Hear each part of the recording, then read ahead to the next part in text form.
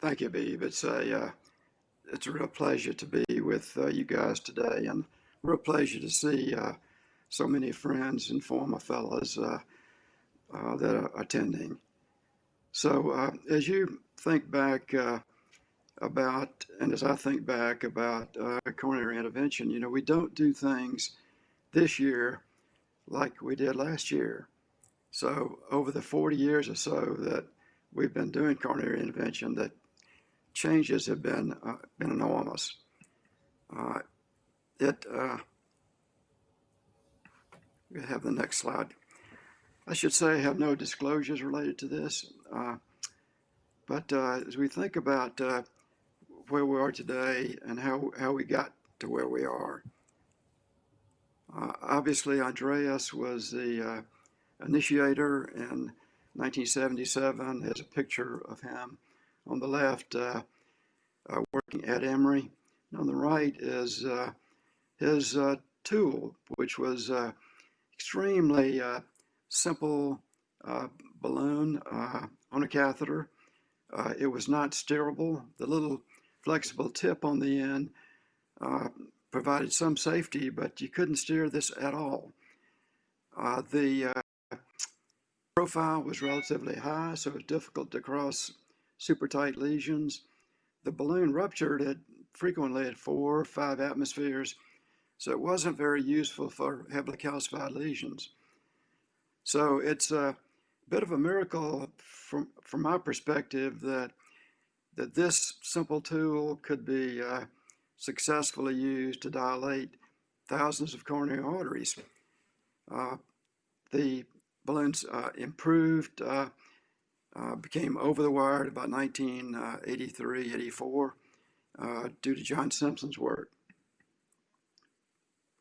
This is one of the, I think, the first angioplasty result. You can see the super tight LAD lesion, and the results on the right, to my eye, to our modern eye, don't look very good.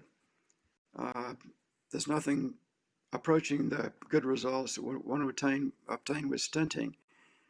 And in the early days, first 10 years or so, doing these procedures, the results never looked stent-like.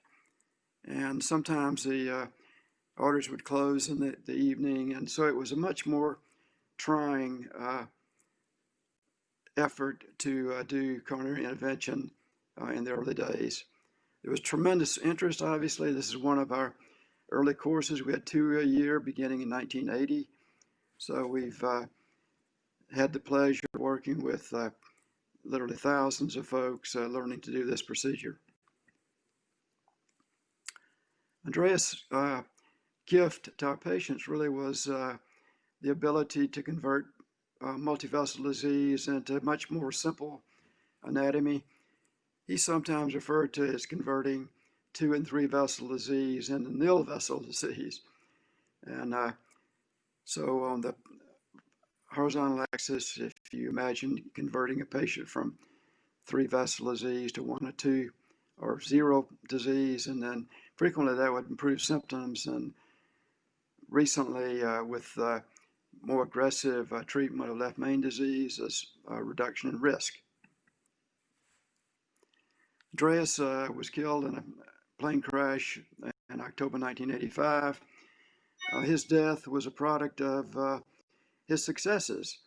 The small balloon catheter he was holding in his hand brought him fame and wealth. Andreas, as you may know, was East German, grew up in East Germany, escaped to the West as a teenager, eventually made his way to Zurich, and eventually made his way to Atlanta in 1980. And we had the pleasure of working with him until 1985. This is not Hurricane Laura. This is Hurricane Juan that occurred in 1985. Andreas, with his newfound wealth, had obtained a home in Sea Island, Georgia, on the coast. One of his several mansions. He had a Porsche. He had a twin-engine Beechcraft Baron airplane, and he flew back and forth to Sea Island frequently, leaving on Thursday afternoon and coming back Sunday. He did that a few days before his death, and he frequently would treat a patient Thursday morning and leave. And he had treated a vascular surgeon, done a multivessel angioplasty on Thursday, and flown to Sea Island on Friday. And then the surgeon experienced abrupt closure. I took him back to the lab on Friday. He did fine, but Andreas called to check on him and was really very upset that that had happened. And he said, "Tell him I'll be back Sunday." Well, Sunday the weather was bad, but Andreas decided to fly back from Sea Island, and the plane crashed near Macon and resulted in his death. So this is a bit of data from the early experience. You can see we did 1985, the last year of Andreas's life. We did a little over 1,300 cases. You can see ARG as Grunzig, SK as King, and JSD as Douglas. And we, one of the remarkable things as I look at this is the fact that we weren't always successful. Our success rate was in the 80%, 88% range. And we had a lot of need for emergency surgeries, 55 cases that year, and 5 deaths. So things weren't perfect. It was much more stressful than it is currently. This is the following year after Andreas's death, when Spencer and I did a little over 1,300 cases. You can see that, again, we had almost 50 cases of emergency surgery and 8 deaths. So pretty stressful a time back then. So the obviously not for electronic medical record, but as the first coronary stent we placed in September 1987. And it was a patient who had failed angioplasty. In the first 20 cases, we had to take for bypass surgery, even though we had successful stenting. So this was a Gianturco-Rubin stent, and we were happy to have the stent and made angioplasty quite a bit safer. This is my experience in 1990 of about 1,002 cases. You can see balloon alone. Case only 2% 1990 might be a bit surprising.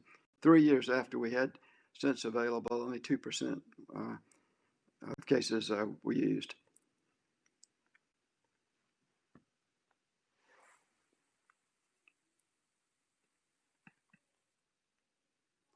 This just shows the use of stents at Emory, first 36,000 patients, first stent in 1987, and you can see by 1997 we still weren't using a lot of stents.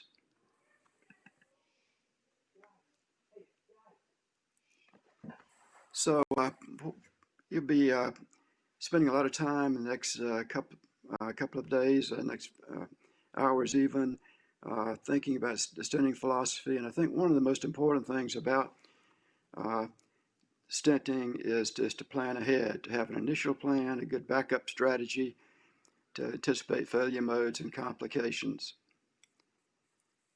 I think it's important to keep it simple. If you don't need 3 wires, don't use 3 wires.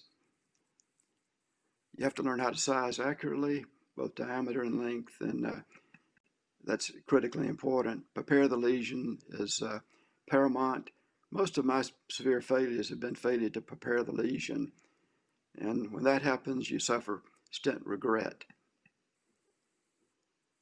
I use ancillary tools relatively sparingly.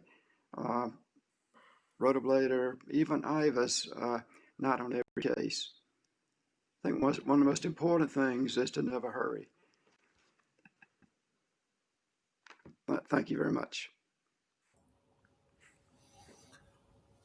Well, John, that was amazing. I think it's really important for the interventional community to remember that our field is very, very recent and fresh, and that really interventional cardiology was built on the shoulders of giants that you've alluded to. Another thing I know you've mentioned to me over the years is how vital the role of the cardiac surgeons have been in the early days. And I don't know if you want to make any comments there.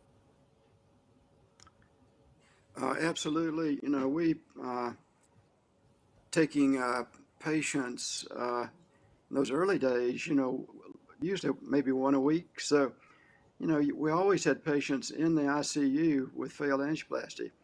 And it was such a different world because you would spend an enormous amount of time talking to the patient and the family before the procedure, alerting them to the fact that, failures were pretty common.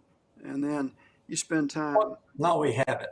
with the patient and their family in the ICU after the failed angioplasty. So Yes, I am. it was a different No, world. no, I'm first now. Okay, I think we have Dr. Tyrone David joining us there as well. Well, John, let me thank you so much for all that you have done and you'll continue to do, and to direct our fellowship program here at Emory. I think we're right on the top of the hour, so